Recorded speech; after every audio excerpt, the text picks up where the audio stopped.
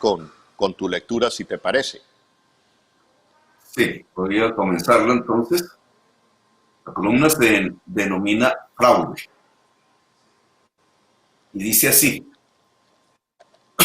la lectura de los narcocasetes, esta vez en forma de interceptación al celular de alias El Ñeñe Hernández, muestran una operación sistemática de compra masiva de votos con dinero del narcotráfico en beneficio de la campaña Iván Duque presidente.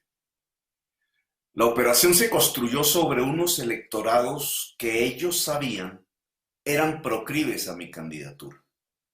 Para voltear el resultado de primera vuelta que me había sido favorable en el Caribe, necesitaban hacer que el elector pobre balanceara su corazón entre la posibilidad del cambio y recibir un pago inmediato.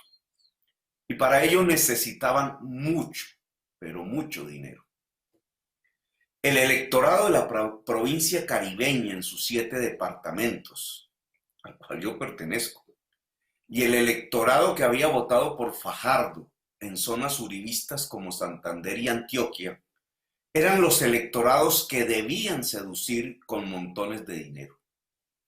Ellos sabían, era evidente, que si compraban 1 millón de votos de posibles electores míos en segunda vuelta, Duque sería presidente.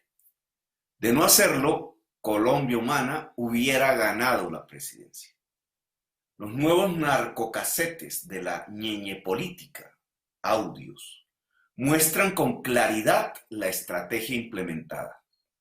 A pesar de llenos masivos de plazas públicas, atestadas de colombianos y colombianas, ilusionadas con el cambio, a pesar de exponer argumentos modernos y de avanzada sobre la necesidad de transformar el país con políticas concretas respecto a la educación superior gratuita para la juventud, la expansión de la energía solar, la electrificación del transporte, la democratización del crédito para impulsar la iniciativa de la gente en la producción, un impulso a la producción de alimentos en los campos de Colombia que empoderara al campesinado, la transformación del sistema de salud en uno público y fuertemente preventivo, donde se pudiera acceder con la cédula, la construcción de un sistema pensional en Colpensiones que garantizara la pensión, la transformación de la economía petrolera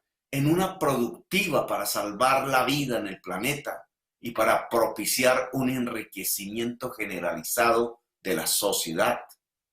A pesar de demostrar la pertinencia y la urgencia de alcanzar el ideal de la justicia social para consolidar la paz y la democracia en Colombia, el candidato de Uribe, el que proponía lo contrario, el que me rehuyó un debate de ideas y propuestas antes de la elección definitiva, se alzó con la victoria con el menor esfuerzo. El menor esfuerzo del dinero sucio. No quiso el registrador de entonces dejar ver por nadie la programación ni los códigos fuente para hacer una auditoría a los computadores del proceso de conteo de votos. Una programación que es privada y obsoleta, absolutamente vulnerable al fraude, como lo dijo la máxima instancia de la justicia administrativa, el Consejo de Estado. No quiso mostrarlo porque la programación del cómputo era fraudulenta. El actual registrador tampoco ha iniciado el cambio de dicha programación y así espera recibir los comicios del 2022. Se basan en que el software es alquilado. Una entidad cuyo presupuesto en el año electoral puede llegar al billón de pesos no tiene para ordenar la construcción de un software propio. No lo creo. Además, el Consejo de Estado ordenó a la Nación implementar el voto electrónico desde el 2012 y todos los registradores se han pasado por la faja esa orden sin que ninguna autoridad los conmine a cumplirla. No quieren, no les sirve, necesitan seguir en el actual sistema arcaico que es el más vulnerable. pero adicionalmente a la posibilidad de modificar el cómputo de votos, tanto en actas, en mesas, como en el conteo, los organizadores del fraude sabían que la mafia era necesaria para garantizar el triunfo de Duque. Duque no triunfaba con el simple apoyo de los propietarios de canales que manipulaban los debates, le daban las respuestas y le ayudaban en segunda vuelta a no presentar ninguno ante la ausencia asombrosa de ideas del candidato. Duque no triunfaba con el simple apoyo de Uribe y con quienes habían votado contra la paz de Colombia. Eso solo le daba 7 millones de votos. La votación adicional solo podía venir de electores de Fajardo, más proclives a un cambio, o de electores costeños que se apasionaban por la Colombia humana. Allí es donde apareció la mafia y con su dinero untado de sangre de líderes sociales, compró masivamente a unos y a otros. Duque ganó solo con el fraude y las pruebas están en los nuevos audios que su amigo el fiscal Barbosa buscó rápidamente esconder y manipular.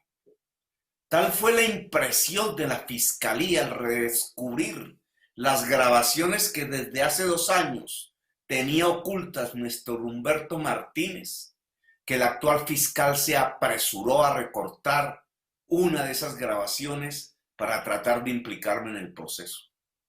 Una donde se habla de mineros, que eran los trabajadores del carbón, que decididamente iban por la Colombia humana en La Guajira y los trataba de hacer aparecer como grandes empresarios financiadores. Barbosa quería ensuciar las 2 campañas para no investigar ninguna. Ahora tenemos completa la grabación que él publicó recortada. Ahora conocemos las operaciones de fraude de alias El Ñeñe. Duque no ganó sin esa actividad delictiva. Así que surge entonces una pregunta perentoria. ¿Qué pasa al tener un presidente elegido sobre la base del delito? Sobre la base del delito ningún gobierno es legítimo. No puede haber legitimidad en una democracia si su mandatario no fue elegido legítimamente. No puede haber legalidad en el gobierno de la legalidad si su propia fuente de legitimidad no es el voto libre de los ciudadanos, sino una alianza delictiva con los integrantes del narcotráfico para torcer la voluntad popular y los resultados de la elección. Colombia Humana no reconoce la legitimidad del actual presidente de Colombia, ni la de su fórmula vicepresidencial, también hundida hasta el fango en evidentes nexos con el narcotráfico. Me considero, a nombre de 8 millones de electores colombianos, víctima de esa cofradía delictiva. Pero no soy yo la única víctima, lo es toda Colombia. Las minorías que se ilusionaron con una redención social, los estudiantes que anhelaban aportar al engrandecimiento del país con una oportunidad de educación gratuita, los niños del futuro que, sin saberlo, recibirán un planeta amenazado y destruido por el cambio climático, hombres y mujeres de la tercera edad que sueñan con una pensión justa, también ellas son las víctimas. Como víctima del fraude electoral, operaremos en las instancias de la justicia, pero fundamentalmente en el campo de acción más importante, que es la conciencia de nuestros conciudadanos y conciudadanas. Si el delito es la manera de hacerse elegir en Colombia, la sociedad así dirigida no va sino al matadero, al oprobio, a la autodestrucción. Una nación no puede pensarse como surgida del delito y del narco. Una nación así solo se autodestruye fulminantemente. Una nación democrática solo puede surgir del acuerdo libre de sus conciudadanos, del voto transparente de su constituyente primario. Los fundadores de esta república pensaban que la libertad era la base de la idea nacional. Por ello, el principal conflicto en ese tiempo y por décadas fue la liberación de los esclavos.